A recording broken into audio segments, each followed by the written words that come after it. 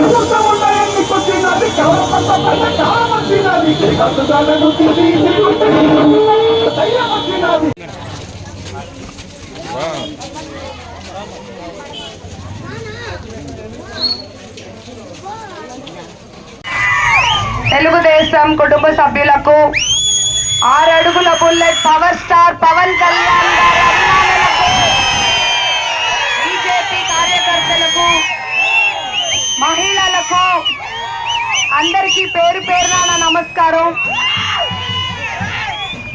గతంలో అభివృద్ధి అంటూ జరిగింది తెలుగుదేశం పార్టీ హయాంలోనే నేను మీ అందరికీ గుర్తు చేస్తున్నాను.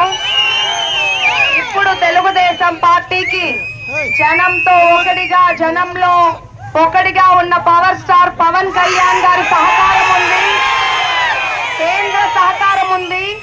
2024 ఎలక్షన్ లో తెలుగుదేశం, జనసేన, బీజేపీ కూటమి అధికారంలోకి రావడం ఖాయం. దర్శి దిశ మారబోతోంది. నెక్స్ట్ 10 ఏళ్లలో అభివృద్ధి అంటే ఏంటో మీకు చేసి చూపిస్తాను. తాగునీరు లేక ప్రజలు ఎంతో ఇబ్బంది పడుతున్నారు. ఇంతకు ముందు చంద్రబాబు నాయుడు గారి హయాంలో డ్రిప్ ఇరిగేషన్ ద్వారా తాగునీరు వచ్చేది. 5 ఏళ్లలో ఒక్క చుక్క నీరు కూడా రాలేదు. అంతేకాకుండా అన్ని వర్గాల వారు ఎన్నో ఇబ్బందులకు గురయ్యారు. మన ప్రభుత్వం ఏర్పడిన వెంటనే సాగునీటి సమస్యలపై పరిష్కారం చూస్తానని మీ అందరికీ మాటిస్తున్నాను. అంతేకాకుండా 2 రోజుల క్రితం సత్యం అనే కార్యకర్తపై వైసీపీ వాళ్ళు దాడి చేశారు. ఇలాంటి హింసా రాజకీయాలకి ఇక్కడ చోటు ఉండదు. తెరదింపే సమయం వచ్చింది. ఓటమి భయంతో వాళ్ళు చేసేవన్నీ మేము సహించము. కార్యకర్తలకి, నాయకులకి మేము ఎప్పుడు అండగా ఉంటాం. మీరెవ్వరూ అధైర్యపడొద్దు.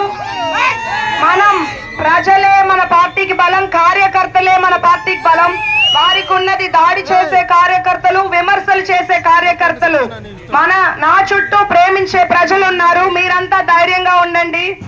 5 మండలాల్లోనూ సాగునీటి కోసం నా వంతు కృషి చేస్తాను.